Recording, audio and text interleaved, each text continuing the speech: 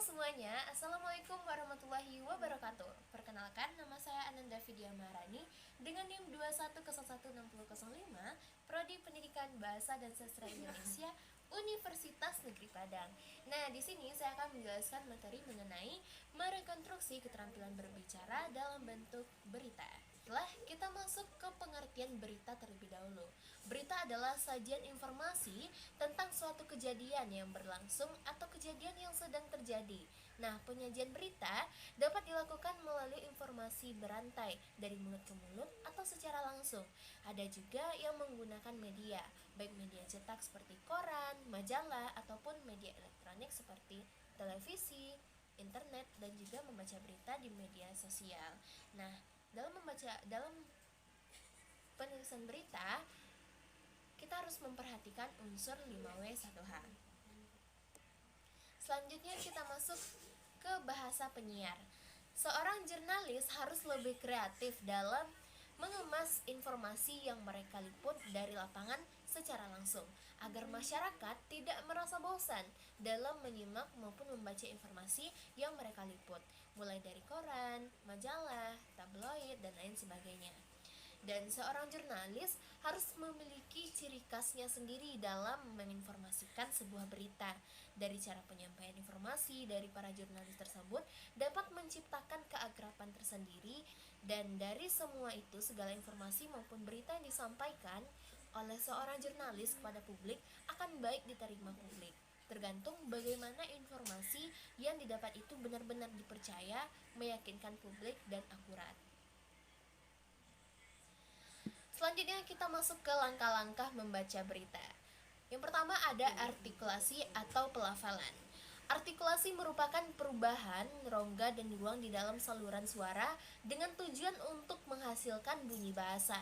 Dalam membicarakan teks berita, artikulasi atau pelafalan yang digunakan harus jelas agar informasi yang disampaikan juga terdengar dengan jelas. Yang kedua ada intonasi.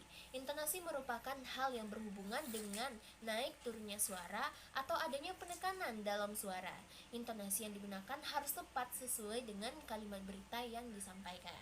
Selanjutnya ada penjedaan. Penjedaan itu merupakan kegiatan berhenti sejenak untuk mengatur nafas saat membaca teks berita. Sikap atau gestur pembaca berita harus duduk dengan tegak, pandangan fokus ke depan, sesekali menunduk diperbolehkan untuk melihat teks berita, tetapi tidak boleh terlalu lama, sekitar 3 detik saja. Memahami isi teks berita, seorang pembaca berita harus memahami isi dari teks berita dengan baik dan menyeluruh sebelum proses membaca berita. Setidaknya, pembaca sudah mempelajari isi teks berita tersebut dengan baik. Selanjutnya ada naskah berita. Naskah berita ini adalah lembaran kertas yang berisi laporan mengenai hal atau peristiwa yang terjadi di masyarakat sebagai hasil olahan wartawan yang siap dimuat pada media massa cetak atau media massa elektronik. Naskah berita berasal dari kata dasar naskah. Selanjutnya kita masuk ke contoh dan praktik baca berita. Di sini saya sudah memaparkan contoh dari teks berita dan saya akan mencoba untuk membacanya sesuai dengan penjedaan intonasi yang sudah kita pelajari sebelumnya. Kita masuk ke bagian pembukaan. Halo, selamat pagi pemirsa, saya Ananda Vidya kembali menjumpai Anda di Liputan 6 Pagi. Sejumlah informasi aktual tajam terpercaya telah kami siapkan untuk Anda. Selanjutnya kita masuk ke bagian isi dan juga penutup.